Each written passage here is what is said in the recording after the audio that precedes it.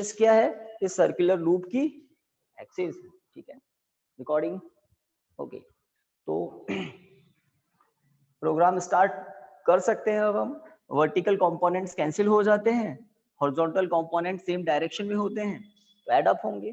हमने A point B point diametrically opposite point लिए हैं और वहां पर डीएल डीएल एलिमेंट है। ऐसे आप इस लूप पर इनफाइनाइट डायमेट्रिकली अपोजिट एलिमेंट ले सकते हैं, इनफाइनाइट डायमेट्रिकली अपोजिट एलिमेंट ले सकते हैं और आप क्या देखेंगे, वर्टिकल कंपोनेंट्स कैंसिल हो जाएंगे but horizontal component same direction में होंगे, एड अप होगा। तो पी पॉइंट पर net magnetic field horizontal direction में होगा, एक्सिस के अलोंग होगा। तो वो जो नेट मैग्नेटिक फील्ड होगा, टोटल मैग्नेटिक फील्ड होगा, वो हमें कैसे मिलेगा, किसी भी एक हॉरिजॉन्टल कंपोनेंट, किसी भी एक एलिमेंट के हॉरिजॉन्टल कंपोनेंट के इंटीग्रेशन से, किसी भी एक एलिमेंट के हॉरिजॉन्टल कंपोनेंट के इंटीग्रेशन से, और इंटीग्रेशन होगा एक पूरे लूप पर, ए रेडियस का ये जो लूप है इस पूरे लूप पर। तो किसी भी एक एलिमेंट के हॉरिजॉन्टल कंपोनेंट का इंटीग्रेशन कर देते हैं ठीक है। डीबी की वैल्यू आपके सामने है यहाँ पर, है ना, हमने कल भी लिखी थी, डीबी डैश की वैल्यू आपके सामने है। साइन अल्फा की वैल्यू आपको राइट एंगल ट्राइंगल एओपी से मिल जाएगी, एओपी से मिल जाएगी। तो आप देखिए in triangle AOP sine alpha equal to, sine होता है परपेंडिकुलर अपॉन हाइपोटेनस, तो ए अपॉन आर, आर मतलब under root A square plus X square. तो ये साइन अल्फा की वैल्यू पुट करते हैं ना। सो क्या कह रहे हो, यहां पर बी नहीं है ना, ट्राइंगल है एओपी, ठीक है। तो साइन अल्फा की वैल्यू अगर हम यूज लें, so the total magnetic field at point P is what, DB की value mu not upon 4 pi I DL upon R square. तो आर स्क्वायर के प्लेस पर अब मैं लिखने जा रहा हूं A square plus X square, under root से स्क्वायर कैंसिल, सही बात है, अंडर रूट से square cancel, into sine alpha. इस साइन अल्फा के प्लेस पर वैल्यू पुट कर देते हैं ए upon under root A square plus X square. ठीक बात, बिल्कुल ठीक है। अब प्रोग्राम चालू, जो भी आपको कांस्टेंट दिखाई दे रहे हैं उनको इंटीग्रेशन से हम आउट कर देते हैं, वेरिएबल्स अंदर रहेंगे। तो mu not I A upon 4 pi A square plus X square whole power 3/2 लिखा है मैंने, और इंटीग्रेशन के अंदर ओनली कौन, डीएल। तो ए स्क्वायर प्लस एक्स स्क्वायर की पावर 1, यहां पर ए स्क्वायर प्लस एक्स स्क्वायर की पावर 1/2, तो 1 प्लस 1/2 क्या होता है, 3/2। प्रोडक्ट में पावर्स ऐड होती है, ठीक है, प्रोडक्ट में पावर ऐड होती है। अब डीएल का इंटीग्रेशन कल भी किया था, तो ये डीएल किसका पार्ट है, ए रेडियस के, ध्यान दें ए रेडियस के सर्कुलर लूप का पार्ट है ये डीएल। तो डीएल का इंटीग्रेशन पहले एल लिखोगे, और एल क्या होगा यहाँ पर, तो इस आज वाले केस में है ना 2 पाई ए, रेडियस जो होगी वही लिखना पड़ेगा। तो देखिए db इक्वल टू, यहाँ पर इंटीग्रेशन आप करेंगे तो पहले आएगा डीएल का इंटीग्रेशन एल, फिर एल के प्लेस पर आप क्या लिखेंगे 2 पाई ए, दैट्स इट, इंटीग्रेशन हो गया, इंटीग्रेशन हो गया। कुछ कैंसिल हो रहा है गाइस, 2 पाई से 4 पाई कैंसिल किया, a इंटू ए स्क्वायर। तो नेक्स्ट स्टेप में आपको एक्सियल पॉइंट पर मैग्नेटिक फील्ड मिलने वाला है, क्या, mu not I A square upon 2 bracket A square plus X square whole power 3/2। This is the final expression, magnetic field at axial point P is this. General result है, important result है। कैसे general result है आपको याद दिला दूं, अगर ये x की वैल्यू कम की जाए मतलब P पॉइंट को धीरे धीरे कहां पर डिस्प्लेस किया जाए, सेंटर की तरफ, x कम होता जाएगा, जैसे जैसे P पॉइंट सेंटर की तरफ आएगा x की वैल्यू कम होती जाएगी। जब P पॉइंट सेंटर पर पहुंच जाएगा तो x की वैल्यू क्या हो जाएगी, 0 हो जाएगी, मतलब P पॉइंट ऊपर आ जाएगा, है ना। तो O पर मैग्नेटिक फील्ड तो आपको ऑलरेडी पता है ना, कितना बताया था, B equal to mu 0 I upon 2R। इसका डेरिवेशन किया था हमने, करंट कैरिंग सर्कुलर लूप के सेंटर पर मैग्नेटिक फील्ड ये होता है। तो ये जो जनरल रिजल्ट आपके सामने है एक्सियल पॉइंट पर, है ना, ये जो लूप है, लूप का सेंटर एक्सिस पर तो होता ही है, करंट कैरिंग सर्कुलर लूप का सेंटर एक्सिस पर तो होता ही है ना। तो एक्सियल पॉइंट का ये जो जनरल रिजल्ट है, इसमें x की वैल्यू अगर 0 पुट कर दे तो ये ऊपर वाला रिजल्ट मिल जाता है ना। देख सकते हैं आप, अगर इस एक्सप्रेशन में x को 0 पुट कर दें तो आप क्या पाएंगे, ये जो स्मॉल ब्रैकेट है और ये जो पावर है 3/2 ओवरऑल हो जाएगा a क्यूब, ऊपर क्या है a स्क्वायर, नीचे मिलेगा आपको a क्यूब, कब, जब x की वैल्यू 0 पुट कर दो, नीचे a क्यूब ही बचेगा, a क्यूब ऊपर a स्क्वायर, तो समझ जाइए आप यही मिलेगा। अब आप सोच रहे होंगे यहाँ तो r है, आपकी मर्जी, रेडियस आप चाहे जो सिंबल लो, मैंने a लिया, आप r ले लेना, है ना। तो this is the this is the general formula, this is special case. Okay, यहाँ पर भी मैंने एक बात बताई थी, अगर सिंगल टर्न हो, सिंगल लूप हो, तो ये फॉर्मूला बिल्कुल ठीक है। नंबर ऑफ टर्न्स ज्यादा हो तो आप n से प्रोडक्ट कर देते हैं, सही बात, n से प्रोडक्ट कर देते हैं। वही बात यहाँ पर भी अप्लाई करते हैं। अगर किसी कॉइल में बहुत सारे टर्न्स हैं लाइक स्प्रिंग, तो उसके सेंटर पर उसके सेंटर से x डिस्टेंस पर मैग्नेटिक फील्ड का रिजल्ट ये हो जाता है। मतलब सिंगल टर्न हो तो ये फॉर्मूला है ही, नंबर ऑफ टर्न्स ज्यादा हो तो इस फॉर्मूले से काम होगा, दैट्स इट, है ना। तो फॉर्मूला याद रह जाएगा, mu naught I a square upon 2 bracket, है ना। तो इस तरह से काम होता है। तो अब आगे बढ़ सकते हैं, बताइए टॉपिक क्या दिखाई दे रहा है किसी को।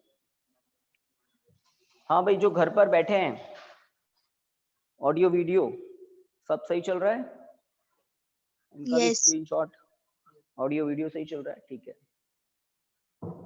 ना। कोई डाउट हो ना तो पूछ सकते हैं। और कल जो हमने जो ज्योमेट्री समझी थी ना डायग्राम की इस तरह से, वो बहुत काम की थी, क्योंकि डायरेक्शन की बात इस चैप्टर में, डायरेक्शन का सेंस बहुत बहुत यूजफुल होगा। डायरेक्शन सेंस पर आप ज्यादा स्ट्रेस देना, आपका डायरेक्शन सेंस बहुत क्लियर होना चाहिए। यहाँ पर मैं भी उन बातों को ज्यादा रिवाइज, उन पर ज्यादा स्ट्रेस दूंगा। ओके, नेक्स्ट टॉपिक बताइए, वो है क्या कोई मैग्नेटिक फोर्स और अ moving charge in uniform magnetic field, यही है, ठीक है। तो टॉपिक काम का है, सारे टॉपिक काम के ही हैं, समझ लो। चैप्टर नंबर 4 का एक एक टॉपिक बहुत इंटरेस्टिंग है, अच्छा है।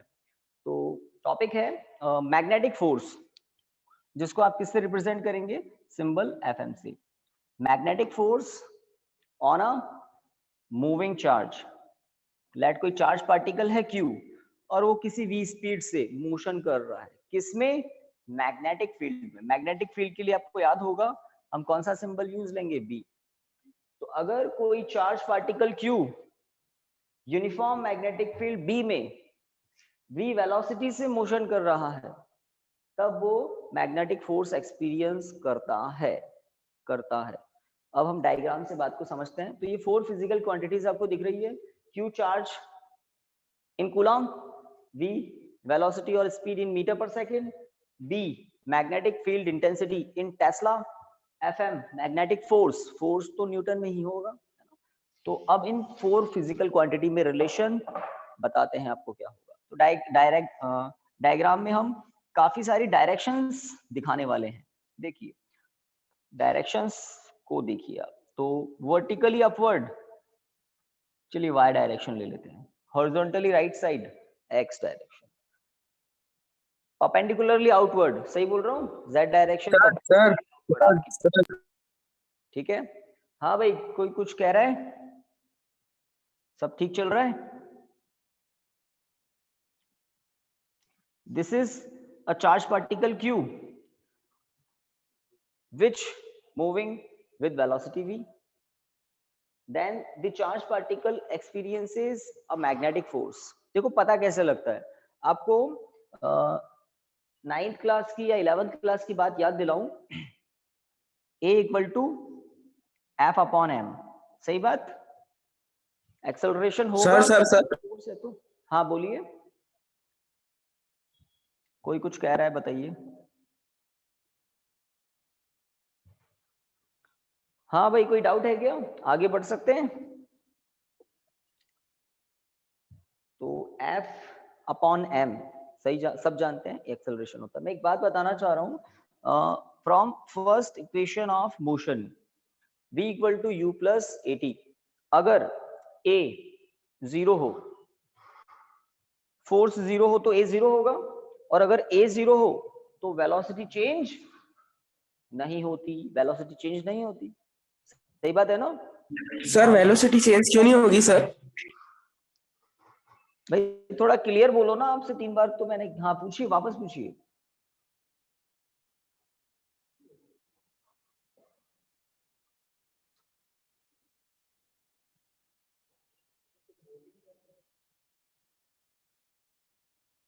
तो जो बोल रहे थे वो कौन बोल रहे थे?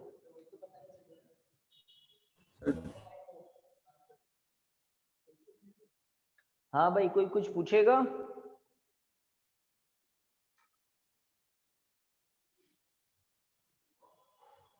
तो मुझे बताना कौन है। हाँ तो एक ऑर्डिनरी सी बात, अगर किसी भी पार्टिकल पर, इस टॉपिक को तो भूल जाएं, अगर किसी भी पार्टिकल पर नेट फोर्स 0 हो, फोर्स 0 हो, एक्सेलरेशन 0 होगा, एक्सेलरेशन अगर 0 हो तो वेलोसिटी चेंज नहीं होगी, वेलोसिटी चेंज नहीं होगी। थोड़ी सी बात में गहराई है, वेलोसिटी चेंज नहीं होगी इसका मतलब है, वेलोसिटी वेक्टर क्वांटिटी होती है, वेलोसिटी चेंज नहीं होगी इसका मतलब है ना तो डायरेक्शन चेंज होगी ना ही मैग्नीट्यूड चेंज होगा। मीटर पर सेकंड में मैग्नीट्यूड होता है, ना ही डायरेक्शन चेंज होगी।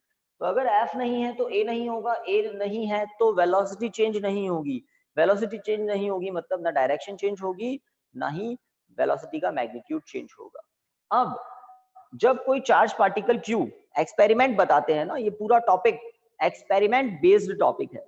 जब कोई चार्ज पार्टिकल मैग्नेटिक फील्ड में एंटर करता है तो एंटर करते ही वो डिफ्लेक्ट हो जाता है, डिफ्लेक्ट हो जाता है समझते हैं, डायरेक्शन ऑफ मोशन चेंज हो जाता है, डिफ्लेक्ट होना मतलब डायरेक्शन चेंज हो जाती है।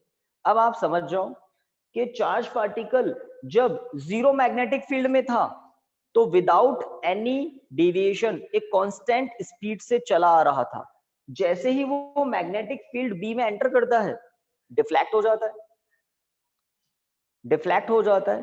तो क्या क्लिक करेगा आपके दिमाग में, क्या हुआ जो डिफ्लेक्ट हो गया, तो क्या क्लिक करता है? तो ध्यान दें, हमें क्लिक कर जाएगा कि जरूर मैग्नेटिक फील्ड में एंटर करते ही चार्ज पार्टिकल ने क्या एक्सपीरियंस किया, कोई फोर्स, फोर्स से क्या जनरेट होता है, एक्सेलरेशन, एक्सेलरेशन किसको चेंज कर देता है, वेलोसिटी को, वेलोसिटी वेक्टर क्वांटिटी होती है, डायरेक्शन चेंज हो गई मतलब वेलोसिटी चेंज हो गई, है ना। किसी भी वेक्टर में डायरेक्शन होती है और मैग्नीट्यूड होता है, तो किसी वेक्टर की डायरेक्शन चेंज होना मतलब वेक्टर चेंज होना, वेलोसिटी चेंज होना, वेलोसिटी चेंज हो रही है इसका मतलब एक्सेलरेशन है, एक्सेलरेशन है इसका मतलब फोर्स है। यही टॉपिक है। हमेशा जब भी charge particle zero magnetic field से मैग्नेटिक फील्ड में एंटर करता है वो डिफ्लेक्ट हो जाता है, वो डिफ्लेक्ट होता है। अब हम आगे की बात करते हैं। हमने एक डायग्राम दिखाया है जिसमें यूनिफॉर्म मैग्नेटिक फील्ड बी है, हम कह रहे हैं यूनिफॉर्म मैग्नेटिक फील्ड बी है राइट साइड में, ठीक है। एक क्यू मैग्नीट्यूड का चार्ज पार्टिकल मैग्नेटिक फील्ड की डायरेक्शन से थीटा एंगल बनाते हुए एंटर करता है v वेलोसिटी से। जब वो एंटर करता है तो डिफ्लेक्ट हो जाता है, दैट मींस उस पर मैग्नेटिक फोर्स जरूर एक्ट कर रहा होगा। अब एक्सपेरिमेंट्स जो हमें इंफॉर्मेशन देते हैं, एक्सपेरिमेंट्स से जो हमें ऑब्जर्वेशंस मिलती है, उन ऑब्जर्वेशंस को मैं आपके सामने यहाँ पर दिखाने वाला हूँ। तो पहला ऑब्जर्वेशन, सबसे पहला ऑब्जर्वेशन है ना, हम उस मैग्नेटिक फोर्स, यहाँ एफएम अब मैं लिख सकता हूँ क्योंकि मैग्नेटिक फोर्स है ना, मैग्नेटिक फील्ड में जो भी फोर्स होगा उसको मैग्नेटिक फोर्स कहेंगे, ठीक है। तो मूविंग चार्ज मैग्नेटिक फील्ड में, मूविंग चार्ज मैग्नेटिक फील्ड में एक फोर्स एक्सपीरियंस करता है कॉल्ड मैग्नेटिक फोर्स। उस मैग्नेटिक फोर्स का मैग्नीट्यूड एक्सपेरिमेंट्स क्या बताते हैं, चार्ज के प्रोपोर्शनल होता है। अगर आप बहुत लो मैग्नीट्यूड के चार्ज को प्रोजेक्ट करते हैं, फोर्स कम लगता है। ज्यादा मैग्नीट्यूड के चार्ज को प्रोजेक्ट करते हैं, फोर्स ज्यादा लगता है। तो किसके प्रोपोर्शनल है एफएम, चार्ज के प्रोपोर्शनल है। अगर आप किसी न्यूट्रल पार्टिकल को प्रोजेक्ट कर दें, फोर्स जीरो होता है। न्यूट्रल पार्टिकल मतलब चार्ज जीरो। तो एक्सपेरिमेंट्स हमें एक इंफॉर्मेशन तो ये देते हैं, ठीक है, ध्यान रखना पड़ेगा, FM is proportional to Q, ठीक है। सेकेंड इंफॉर्मेशन एक्सपेरिमेंट से हमें क्या मिलती है, FM is directly proportional to B या वी। चलिए पहले मैं बी का नंबर ले लेता हूँ। FM is directly proportional to B. हाँ, मैग्नेटिक फील्ड की इंटेंसिटी कम है, फोर्स कम होगा। मैग्नेटिक फील्ड ज्यादा है, फोर्स ज्यादा होगा। मैग्नेटिक फील्ड अगर जीरो है, फोर्स जीरो हो जाएगा। That means proportional. Second thing and the last thing is the, सबसे इंपॉर्टेंट थर्ड नंबर है, ये तो ध्यान रह जाता है, यहाँ प्रोपोर्शनल ही होगा। थर्ड वन इज थोड़ा सा ध्यान दें, इस वेलोसिटी को मैं दो कंपोनेंट में डिवाइड कर सकता हूं, v cos थीटा और v sin theta and v sin theta. सही बात है, x डायरेक्शन में v cos theta, z direction में v sin थीटा। तो v cos थीटा किसके अलोंग है, मैग्नेटिक फील्ड के अलोंग है। मैग्नेटिक फील्ड हमने कहा पॉजिटिव x डायरेक्शन में है, तो v cos theta is the parallel component of magnetic field, whereas v sin theta is the perpendicular component to the magnetic field, perpendicular component to the magnetic field। अब experiment से last जो observation, सबसे important observation मिली वो क्या, कि charge particle जो magnetic force experience करता है, उस मैग्नेटिक फोर्स का मैग्नीट्यूड v sin थीटा के प्रोपोर्शनल मिलता है ऑलवेज, v sin थीटा की। मतलब अगर आप चार्ज पार्टिकल को ज्यादा एंगल बनाते हुए प्रोजेक्ट करते हैं, थोड़ा ध्यान दें यहाँ पर, हम b को चेंज नहीं करते, हम q को भी चेंज नहीं करते, हम किसको चेंज करते हैं, v b, इनके बीच में एंगल है, अगर उसको चेंज करते हैं, तो जब हम एंगल को इंक्रीज करते हैं तो हम देखते हैं चार्ज पार्टिकल ज्यादा डिफ्लेक्ट हो रहा है, इसका मतलब ज्यादा फोर्स लग रहा है। जब हम एंगल को कम करते हैं तो हम देखते हैं चार्ज पार्टिकल पर कम फोर्स लगता है, कम एंगल से डिफ्लेक्ट हो रहा है, ठीक है। तो ये जो बी वी के बीच में एंगल है, उस एंगल पर मैग्नेटिक फोर्स का मैग्नीट्यूड डिपेंड करता है, और एक्सपेरिमेंट हमें बताते हैं कि वो कैसे डिपेंड करता है, ऐसे डिपेंड करता है। The magnitude of the magnetic force on a moving charge in uniform magnetic field is proportional to perpendicular component of velocity to the direction of magnetic field, perpendicular component of velocity to the direction of magnetic field। In three factors को, इन 3 points को अगर combine करें तो क्या होगा, Fm is proportional to Q V B sine theta. देखो product में आप आगे पीछे लिख सकते हैं ना, Q V B sine theta, आ गए चारों, Q V B sine theta, V sine theta तो एक साथ है, ठीक है। अब एसआई सिस्टम में एक प्रोपोर्शनलिटी कांस्टेंट मैंने यहां अप्लाई किया। ये जो प्रोपोर्शनलिटी कांस्टेंट्स होते हैं, इनकी वैल्यूज एक्सपेरिमेंट करके ही आप फाइंड कर सकते हैं। हम एक्सपेरिमेंट कर नहीं सकते, हमारे पास लैब नहीं है इतनी हाईटेक, तो हम क्या करते हैं, जो हमारे सीनियर एक्सपेरिमेंट करके जा चुके हैं उन्होंने हमें वैल्यू बता रखी है, हम बिल्कुल ओबीडियंटली उसी को फॉलो करते हैं। तो एसआई सिस्टम में हमारे सीनियर्स साइंटिस्ट लोग जो वैल्यू बताकर गए हैं वो कितनी है, 1। आप कहेंगे इतनी इजी वैल्यू है, कभी भूलेंगे ही नहीं, है ना। So in SI system, the value of proportionality constant K always receives 1. So the expression becomes Fm equal to Q V B sin theta. This is the formula for magnetic force. Magnetic force on a moving charge in magnetic field. Magnetic force on a moving charge in magnetic field. तो experiment पर based पूरा topic था। क्या है इसका base?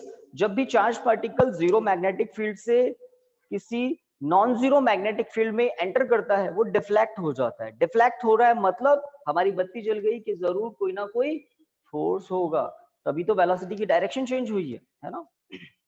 उस force के बारे में जब एक्सपेरिमेंट हुए तो क्या क्या डेटा, क्या क्या इंफॉर्मेशन सामने आई? चार्ज के प्रोपोर्शनल है magnetic force, magnetic field intensity के प्रोपोर्शनल है मैग्नेटिक फोर्स, और वेलोसिटी के उस परपेंडिकुलर कंपोनेंट के प्रोपोर्शनल है जो मैग्नेटिक फील्ड की डायरेक्शन के परपेंडिकुलर है ना। तो वेलोसिटी का वो कंपोनेंट जो मैग्नेटिक फील्ड के परपेंडिकुलर है उसके भी प्रोपोर्शनल है। तो ये इंफॉर्मेशन हमारे सामने है और उससे फॉर्मूला हमारे सामने। वेक्टर फॉर्म की बात करें, force is a vector quantity, velocity is a vector quantity, magnetic field also is a vector quantity। तो इस एक्सप्रेशन को आप वेक्टर फॉर्म में लिख सकते हैं। तो कौन वेक्टर नहीं है? Electric charge is a scalar quantity. तो Fm इक्वल टू आप क्या लिख सकते हैं? Q मतलब चार्ज, स्केलर है बस बाहर रख दिया, बाकी सब कुछ वेक्टर है। क्रॉस प्रोडक्ट जानते हैं ना, V क्रॉस B मतलब VB sin थीटा। डन। तो ये एक अच्छा टॉपिक है, magnetic force on a moving charge in uniform magnetic field. अब इसी से रिलेटेड मैं एक और टॉपिक करवाऊंगा, मुझे नहीं पता नोट्स में क्या सीक्वेंस है, बट इसी फॉर्मूले से रिलेटेड एक टॉपिक पहले हम करेंगे, हो सकता है वही हो। है क्या topic? Magnetic force on a current carrying conductor in uniform magnetic field. इसके बाद ही क्या? Magnetic force on a current carrying conductor in uniform magnetic field. तो x डायरेक्शन में मैंने uniform magnetic field B set कर दिया। एक यूनिफॉर्म मैग्नेटिक फील्ड है लेफ्ट टू राइट, ये है y direction, similarly this is z direction. यहां पर एक करंट कैरिंग कंडक्टर मैं दिखा रहा हूं, आई थिंक आप देख पा रहे हैं। एक सिलेंड्रिकल कंडक्टर है PQ in which I current is flowing from P to Q। इस PQ कंडक्टर की लेंथ एज्यूम कर लेते हैं लेट L, ठीक है। तो क्या क्या है? मैग्नेटिक फील्ड है, PQ कंडक्टर में इलेक्ट्रिक करंट I एम्पियर का फ्लो कर रहा है, PQ कंडक्टर स्ट्रेट कंडक्टर है और उसकी लेंथ स्मॉल l है। कंडक्टर की लेंथ मैग्नेटिक फील्ड से एंगल बना रही है थीटा, सब कुछ ठीक है। अगर किसी कंडक्टर में करंट फ्लो कर रहा है, दैट मींस कौन मोशन कर रहा है? बोलिए आप लोग। इलेक्ट्रॉन इलेक्ट्रॉन्स चार्ज पार्टिकल होते हैं गाइस।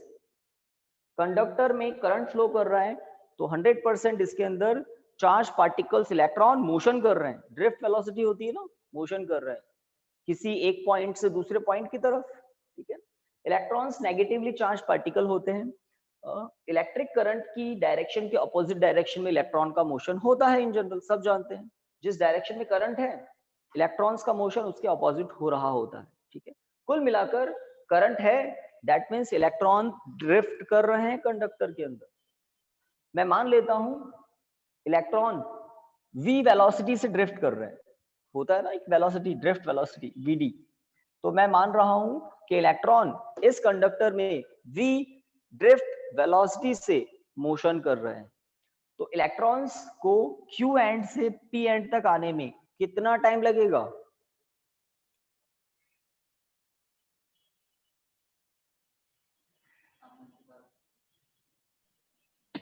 इलेक्ट्रॉन्स को q एंड से p एंड तक आने में कितना टाइम लगेगा? L/V into L। बिल्कुल सही।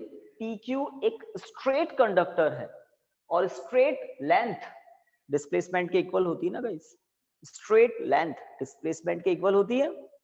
तो इलेक्ट्रॉन्स अगर p एंड से q एंड तक पहुंचते हैं, अपोजिट कह रहा हूं ना, इलेक्ट्रॉन q से p की तरफ आ रहे हैं, सॉरी q से p की तरफ, और डायरेक्शन ऑफ करंट क्या है? P to Q, ठीक है। तो बिल्कुल आपने सही कहा, टाइम कितना लगेगा? तो डिस्टेंस अपॉन स्पीड है ना, डिस्टेंस अपॉन स्पीड, इतना ही टाइम लगेगा, है ना। हाँ, yes, अगर मैं वेलोसिटी की बात करूं तो वेलोसिटी क्या होगी, डिस्प्लेसमेंट अपॉन टाइम। ये ज्यादा अच्छा लग रहा है, एरो लगा देते हैं, डिस्प्लेसमेंट वेलोसिटी, इसको हटा देता हूं मैं, ये काम आएगा।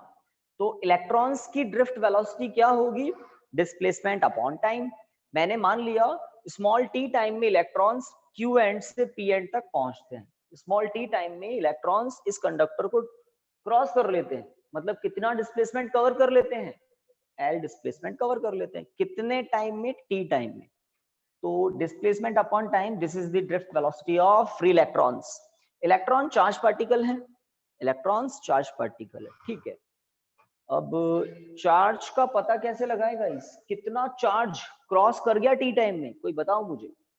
इस कंडक्टर को टी टाइम में कितना चार्ज क्रॉस करके चला गया, charge Q is equals to IT. I into T. IT, I into T, है ना, कोई आईटी डिपार्टमेंट नहीं है, आई करंट, टी टाइम, ठीक है। तो सही बात है ना, I equal to Q by T आप लिखते हैं। तो टी टाइम में कितना करंट इस कंडक्टर को क्रॉस करके चला गया, इतना करंट।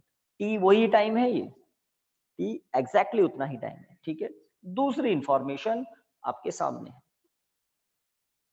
फॉर्मूला देखिए आप, F M equal to Q V cross B, F M equal to Q V cross B. हमारा ये जो फॉर्मूला है ना, ये किसके लिए है, जब हम जनरल रिजल्ट्स बनाते हैं तो चार्ज को हम कैसा लेते हैं, पॉजिटिव। सही बात है, हम पॉजिटिव लेते हैं चार्ज को। कंडक्टर में इलेक्ट्रॉन क्यू से पी की तरफ जा रहे हैं, इलेक्ट्रॉन कैसे पार्टिकल्स हैं, नेगेटिव पार्टिकल्स हैं, सही है। तो अगर थोड़ी देर के लिए मान लें पॉजिटिव चार्ज पी से क्यू की तरफ चले, तो करंट कहां होगा, पी से क्यू की तरफ ही होगा। जिस डायरेक्शन में पॉजिटिव चार्ज मोशन करता है उसी डायरेक्शन में करंट होता है, और उसका उल्टा जिस डायरेक्शन में नेगेटिव चार्ज मोशन करता है उसके अपोजिट करंट होता है। तो हमें पता है कंडक्टर में तो फ्री इलेक्ट्रॉन्स ही होंगे, बट हम मान लें कि क्यू चार्ज पी से क्यू तक पहुंचा, क्यू चार्ज पी एंड से क्यू एंड तक पहुंचा टी टाइम में। तो इस फॉर्मूले के अकॉर्डिंग उस क्यू चार्ज पर फोर्स लगेगा, मैग्नेटिक फील्ड ऑलवेज है, सब तरफ है left to right, uniform magnetic field सब जगह है लेफ्ट टू राइट। और मैग्नेटिक फील्ड की डायरेक्शन से चार्ज कितना एंगल बना रहा है, थीटा एंगल बना रहा है ना। तो थोड़ी देर के लिए आप मान लें कि पॉजिटिव चार्ज पी एंड से क्यू एंड तक पहुंचा, क्योंकि करंट की डायरेक्शन दिख रही ना क्लियर, आप आराम से मान सकते हैं, कोई दिक्कत नहीं। तो पॉजिटिव चार्ज को मान लें उतना ही मैग्नीट्यूड है, ठीक है, पी एंड से क्यू एंड तक पहुंचा। तो चार्ज कुल मिलाकर पीक्यू कंडक्टर में चार्ज मोशन कर रहा है, वो चार्ज कौन सा है, इलेक्ट्रॉन का नेगेटिव चार्ज है। तो आप इमेजिन कर सकते हैं पॉजिटिव चार्ज पी से क्यू की तरफ आ रहा है, अब पॉजिटिव चार्ज पी से क्यू की तरफ आ रहा है, तो इस फॉर्मूले के अकॉर्डिंग आप आगे बढ़ सकते हैं। मैंने already V and Q find out किया हुआ है, देख सकते हैं आप V की वैल्यू, इलेक्ट्रॉन चार्ज पार्टिकल है जो मोशन कर रहे हैं इसके अंदर, उसका मैग्नीट्यूड कितना है या उसकी वेलोसिटी कितनी है ये, और चार्ज ये रहा, ठीक है। तो काम शुरू कर सकते हैं, Fm इक्वल टू, तो ये जो जनरल फॉर्मूला है, इस फॉर्मूले को अगर मैं आपसे पूछूं, write the formula for magnetic force on a moving charge in magnetic field, write the formula for magnetic force on a moving charge in uniform magnetic field। तो आपको यही लिखना है, magnetic force on a moving charge in magnetic field। Conductor में current flow हो रहा है, मतलब चार्ज मोशन कर रहा है, और वो कितना चार्ज है जो टी टाइम में मोशन करके चला गया, इतना, वेलोसिटी इतनी। तो V की Q की वैल्यू यहां पुट करते हैं, नया फॉर्मूला मिलेगा, देखिए। तो Q बराबर I into T, bracket V के प्लेस पर L vector upon T into, मतलब क्रॉस प्रोडक्ट, और ये टाइम स्केलर होता है, कैंसिल कर दूं, टाइम स्केलर होता है, ये कैंसिल हो गया। तो Fm is what, I L cross B। This is the formula for magnetic force on a current carrying conductor in uniform magnetic field, which plays in uniform magnetic field। अगर conductor की length ज्यादा होगी तो magnetic force ज्यादा लगेगा, magnetic field ज्यादा होगा तो मैग्नेटिक फोर्स ज्यादा होगा। कंडक्टर में करंट जीरो होगा तो मैग्नेटिक फोर्स जीरो हो जाएगा, करंट ज्यादा होगा तो ज्यादा होगा, कम होगा तो कम होगा। ये रिजल्ट आपके सामने है। अगर मैग्नीट्यूड फॉर्म देखना है तो F M equal to I L B sine theta. भाई थीटा का भी रोल है। अगर मैं इस कंडक्टर को ऐसे नहीं रखकर सीधा कर दूं, अब मैग्नेटिक फोर्स कितना होगा? ऐसे नहीं है, अब ये ऐसे कर दिया मैंने, zero zero zero. Theta zero होते ही साइन जीरो सब कुछ जीरो कर देगा, थीटा जीरो होते ही साइन जीरो सब कुछ जीरो कर देगा। तो मैग्नेटिक फोर्स मैक्सिमम कब होगा? जब आप इसको घुमाएंगे घुमाएंगे और 90 लिख देंगे। 90 डिग्री। ऐसे भी रख सकते हैं, ऐसे भी रख सकते हैं। कुल मिलाकर एल की डायरेक्शन बी की डायरेक्शन म्यूचुअली कैसी होनी चाहिए? परपेंडिकुलर। तो मैग्नेटिक फोर्स मैक्सिमम हो जाएगा आई एल बी साइन 91। तो स्पेशल केसेस भी आपको बिल्कुल साथ ही इसके हमने बता दिए। 2 टॉपिक हो गए, 2 क्या, एक तरह से 2.5 कहेंगे, कल वाला कंप्लीट किया, 2 ये हो गए। तो आज का मेन काम तो अभी तक यही हुआ है। आई थिंक टाइम है सफिशिएंट, है ना? बिल्कुल, एक बड़ा टॉपिक और हम कर लेंगे। तो इस फॉर्मूले को बिल्कुल दिमाग में पकड़ के रखें। अभी इसी को लेकर एक और टॉपिक करवाते हैं आपको, ठीक है? टॉपिक होगा motion of charge in uniform magnetic field. Motion of charge in uniform magnetic field. अगर कोई चार्ज पार्टिकल किसी यूनिफॉर्म मैग्नेटिक फील्ड में परपेंडिकुलरली एंटर करता है, तो एंटर करते ही उस पर क्या लगता है? Magnetic force. बस मैं ये कह रहा हूं परपेंडिकुलरली एंटर करता है, तो परपेंडिकुलरली एंटर करता है तो ये लगता जो है ना मैग्नेटिक फोर्स, ये मैक्सिमम लगता है। मानते हैं क्या जो घर पर बैठे हैं वो? Whenever a charged particle Q enters in a uniform magnetic field perpendicularly, it experiences magnetic force. In this case, the magnitude of this magnetic force is maximum 90 degree है ना, इसलिए। Yes sir. चलिए मुझे बताइए, अगर मैं यहाँ ऐसे क्रॉस क्रॉस क्रॉस दिखा रहा हूँ, तो मैं आपको कोई गेम नहीं खिलाने वाला। क्या है ये क्रॉस? परपेंडिकुलरली इनवर्ड, है ना? तो इसका मतलब a uniform magnetic field is perpendicularly inward। Direction क्या है? बी की। यहाँ एक जगह हम सर्कल लगा के बी लिख देते हैं। क्रॉस मतलब मैग्नेटिक फील्ड परपेंडिकुलरली इनवर्ड है, इनवर्ड है, ठीक है? अगर कोई चार्ज पार्टिकल इस यूनिफॉर्म मैग्नेटिक फील्ड में इस डायरेक्शन में एंटर करता है, इधर, this is the direction of V. मैंने आपको 2 डायरेक्शन बता दी है ना। यहाँ चलिए मैं दिखा भी देता हूं। चलिए एक चेंज करते हैं, थोड़ा इजी कर देते हैं आपके लिए। नेगेटिव जेड डायरेक्शन में आप कंफ्यूज हो जाएंगे। थोड़ा सा चेंज, क्रॉस के प्लेस पर डॉट कर दिया तो कोई दिक्कत नहीं है। Perpendicularly outward, uniform magnetic field तो है, वो है परपेंडिकुलरली आउटवर्ड। अब नोट्स में क्या है वो बाद में आप देखते रहना, बात को समझें। अगर वहां क्रॉस है तो भी अच्छी बात है, आपको एक और बात पता चल जाएगी। अगर एक यूनिफॉर्म मैग्नेटिक फील्ड है बी और वो कैसा है? Perpendicularly outward. Perpendicularly outward direction हमारे लिए है पॉजिटिव जेड डायरेक्शन, ध्यान दें। हॉरिजॉन्टली राइट साइड में X direction, vertically upward Y direction, ठीक है? These are the directions X Y Z, ठीक है? अगर कोई चार्ज पार्टिकल हॉरिजॉन्टल डायरेक्शन में, charge particle Q horizontal direction में v वेलोसिटी से मोशन कर रहा था और सडनली उस पर क्या एक्ट कर दिया? b, परपेंडिकुलरली इनवर्ड, तो वो चार्ज पार्टिकल एक मैग्नेटिक फोर्स एक्सपीरियंस करेगा, करेगा ना? q v cross b, formula याद हो गया? Fm equal to q v cross b, याद हो जाएगा formula? Magnetic force on a moving charge in uniform magnetic field. हाँ भाई, थीटा कितना है जल्दी बताओ? 90 डिग्री। 90 जो सोच रहे हैं, जो बोल रहे हैं, सही बोल रहे हैं, सही सोच रहे हैं। क्या वेलोसिटी है हॉरिजॉन्टल डायरेक्शन में? राइट साइड में, और मैग्नेटिक फील्ड है परपेंडिकुलरली आउटवर्ड, डॉट है ना, परपेंडिकुलरली आउटवर्ड। तो मैग्नेटिक फोर्स Fm क्या हो जाएगा, QVB। मैग्नीट्यूड सही लिखा मैंने, साइन 90 Yes, sir. 1 हो जाएगा, बिकॉज साइन 90 इक्वल टू 1। ठीक है, थोड़ा ध्यान देना। मुझे बताइए इस मैग्नेटिक फोर्स की डायरेक्शन क्या होगी जब चार्ज पार्टिकल यहां पर है। अब मैं थोड़ा रुक जाता हूं, सोचिए, है ना। हाँ, what is the direction of magnetic force when the charge particle is in this position at that place? लगाओ दिमाग दौड़ाओ, 11th में क्रॉस प्रोडक्ट पढ़ा होगा, कॉर्क स्क्रू रूल लगाओ, negative right Y. Hand thumb rule लगाओ, जो लगाना है लगाओ। Sir negative Y. Negative Y direction बोल रहे हैं एक जने, नेगेटिव वाई डायरेक्शन समझते हैं, वर्टिकली डाउनवर्ड बोल रहे हैं।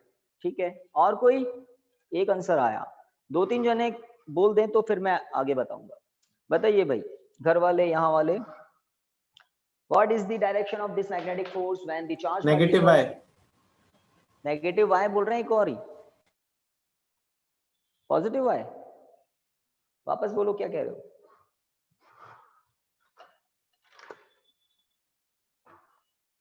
आप लोग क्या सोचते हैं, positive Y, negative Y? Negative Y direction.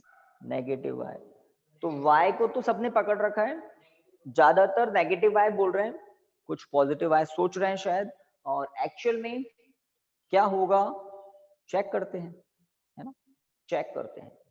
तो ये जो V क्रॉस B है ना, उसके लिए मैं एक सर्कल बना देता हूं आपके लिए, बड़ा इजी हो जाता है। I cap, J cap, K cap, कुछ बच्चों ने ऐसा देखा होगा, है ना, क्लॉकवाइज सर्कल होता है।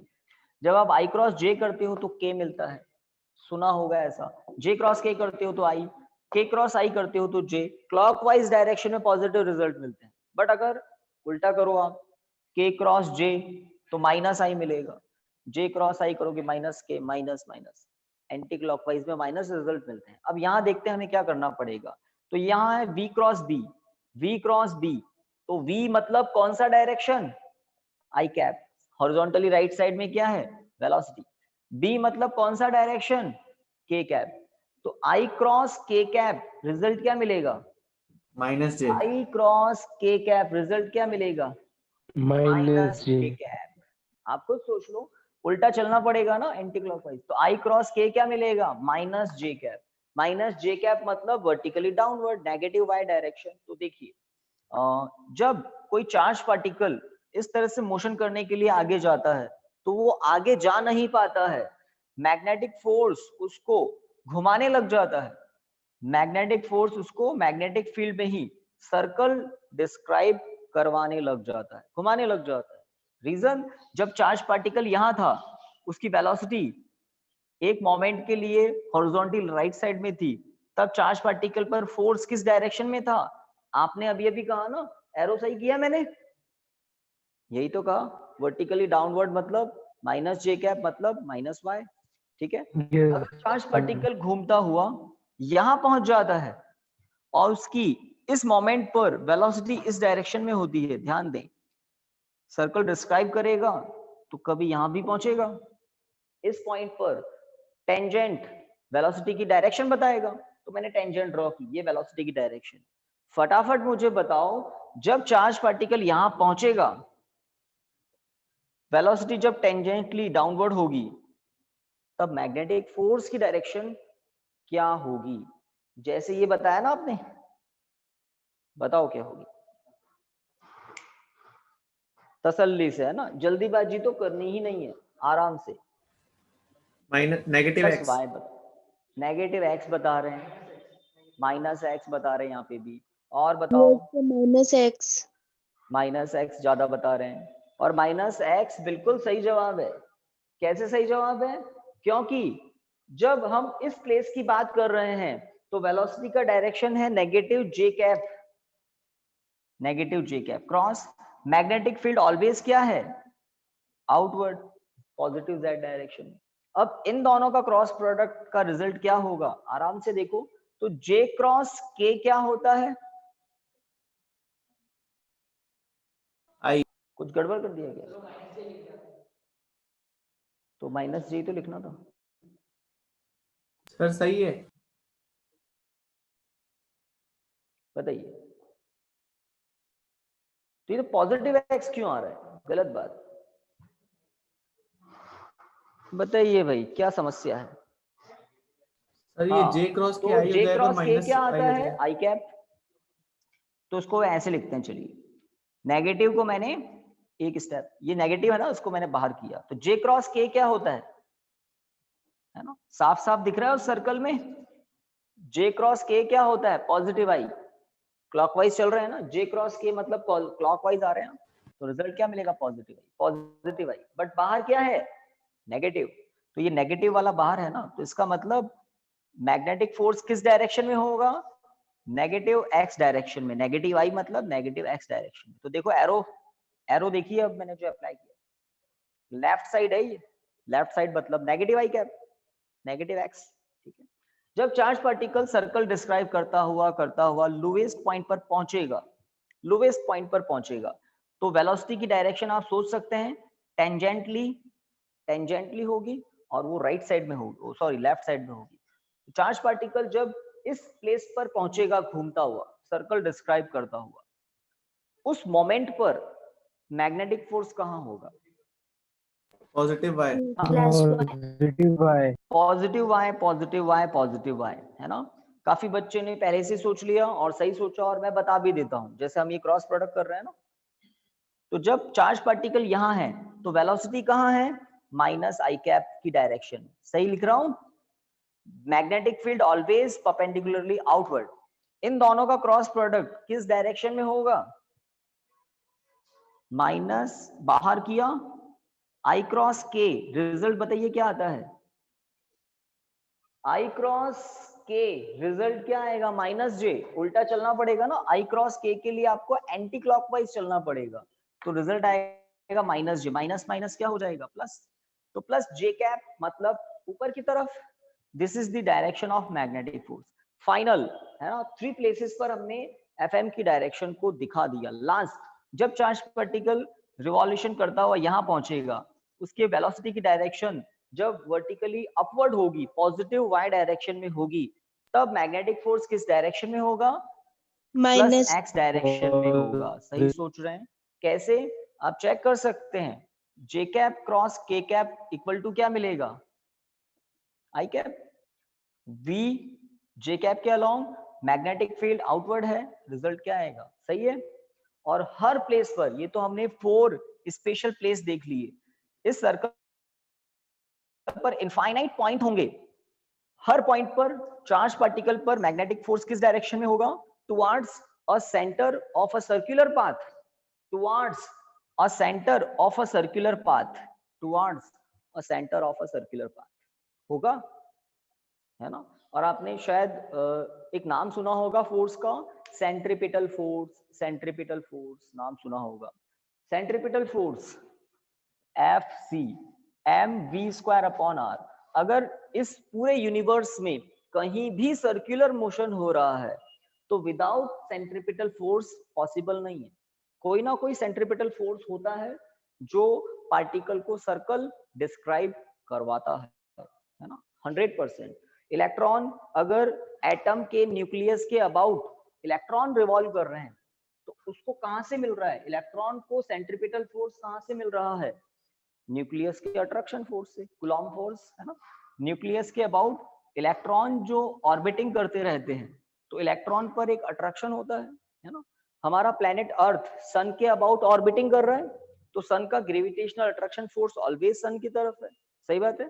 अगर हम किसी स्टोन को किसी स्ट्रिंग से टाई कर दें, है ना, एक स्ट्रिंग आपके पास है, एक एंड पर स्टोन टाई कर दिया, दूसरे एंड को आपने हाथ से पकड़ लिया और उसको आप हाथ से घुमा रहे हैं, और आप देख रहे हैं स्टोन कैसा मोशन कर रहा है? सर्कुलर मोशन कर रहा है। तो उस स्टोन को सर्कुलर मोशन के लिए सेंट्रीपिटल फोर्स कहां से मिल रहा है? tension force in the spring which always towards the center, towards your hand, आपका हाथ ही सेंटर हो जाएगा सर्कुलर पाथ। तो कुल मिलाकर एक और टॉपिक जैसे 11 में आप लोगों ने पढ़ा होगा, अगर कोई हॉरिजॉन्टल ग्राउंड है और उसमें कोई व्हीकल सर्कुलर मोशन कर रहा है, तो उस व्हीकल को सर्कुलर मोशन के लिए सेंट्रीपिटल फोर्स कहां से मिलता है? जो ग्राउंड है और जो टायर्स हैं उनके बीच में फ्रिक्शन होता है, फ्रिक्शन से मिलता है।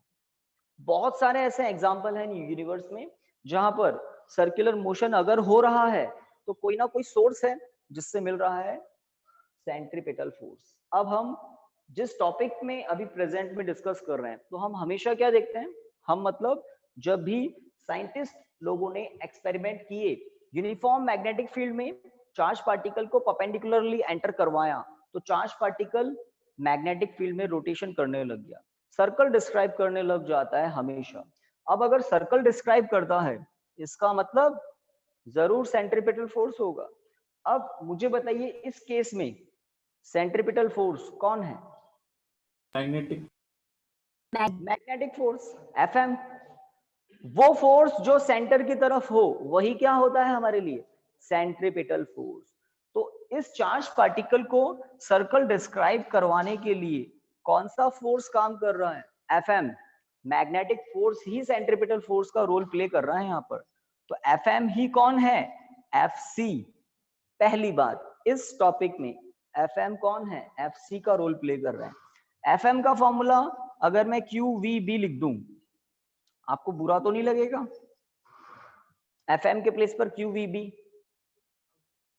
साइन थीटा 1 हो गया ना? Yes, sir. ये रहा। बुरा क्यों लगेगा? वही तो है। हाँ, एफसी क्या होता है? mv² होता है। सेंट्रीपिटल फोर्स का फॉर्मूला होता है mv²/r, mv²/r। अगर आपने पढ़ा है सेंट्रीपिटल एक्सेलरेशन, v²/r होता है सेंट्रीपिटल एक्सेलरेशन, v²/r। दोनों तरफ m से प्रोडक्ट कर दो तो m इंटू a क्या हो जाता है? फोर्स, mv²/r, है ना? कुछ कैंसिल हो रहा है क्या?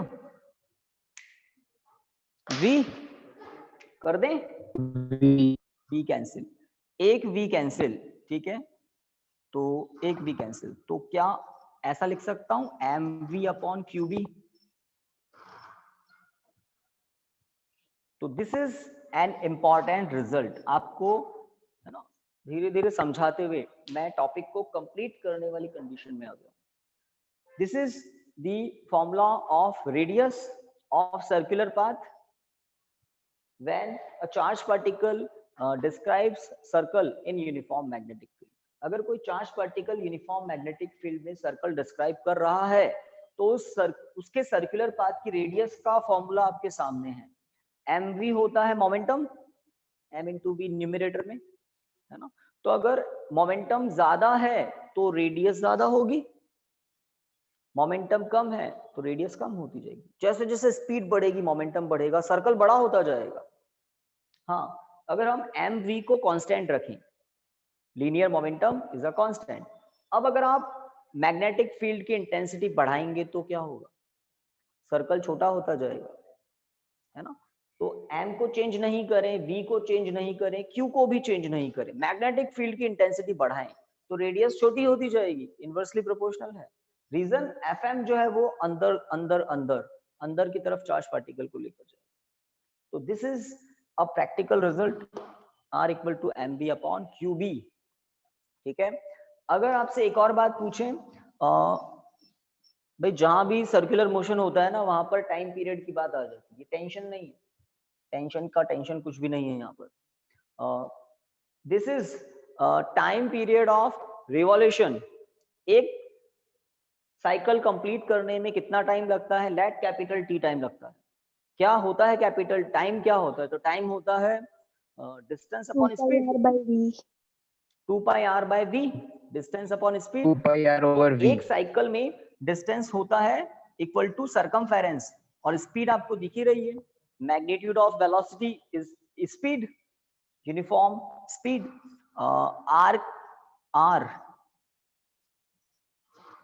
आर क्या है? रेडियस है, रेडियस है ना, रेडियस। तो m v अपॉन QB। तो ये जो r का रिजल्ट है मैंने यूज ले लिया, कुछ कैंसिल हो रहा है और वो क्या कैंसिल हो रहा है, v 2 पाई m अपॉन QB। तो है तो ये आज का लास्ट फॉर्मूला, बट इसमें मुझे बात बताओ, कैपिटल T का ये फॉर्मूला है, याद रखना है आपको, 2 पाई m अपॉन QB, है ना।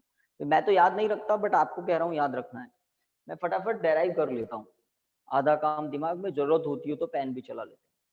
तो फॉर्मूलाज बन जाते हैं, ठीक है। कैपिटल T के इस रिजल्ट में स्पीड है क्या, वेलोसिटी sir. स्पीड कुछ नहीं है ना।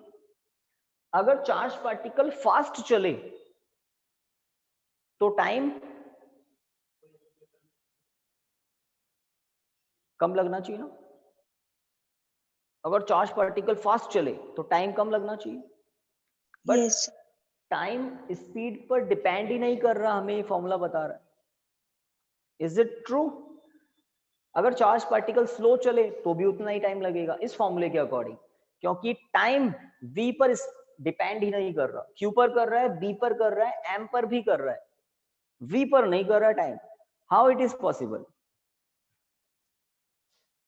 क्वेश्चन आ सकता है, show that when a charge particle enters in a uniform magnetic field is it starts revolving or it starts orbiting, ठीक है। show that the time period of revolution does not depends on its speed। तो आपको यहां तक आना पड़ेगा, that's it। But मैं आगे की बात पूछ रहा हूं, और कि आप कैसे बता सकते हैं कि ये ऐसा क्यों हुआ, जबकि थोड़ा सा ऐसा सोचते हैं तो लगता है कि भाई स्पीड ज्यादा है तो टाइम कम लगना चाहिए ना, but how it is possible? कोई भी बताए, बस इसके बाद हम आज की क्लास को एंड करेंगे। और स्पीड कम हो तो टाइम ज्यादा लगना चाहिए, बट नहीं, टाइम को कोई मतलब नहीं है स्पीड से, फॉर्मूला हमें ये बता रहा है।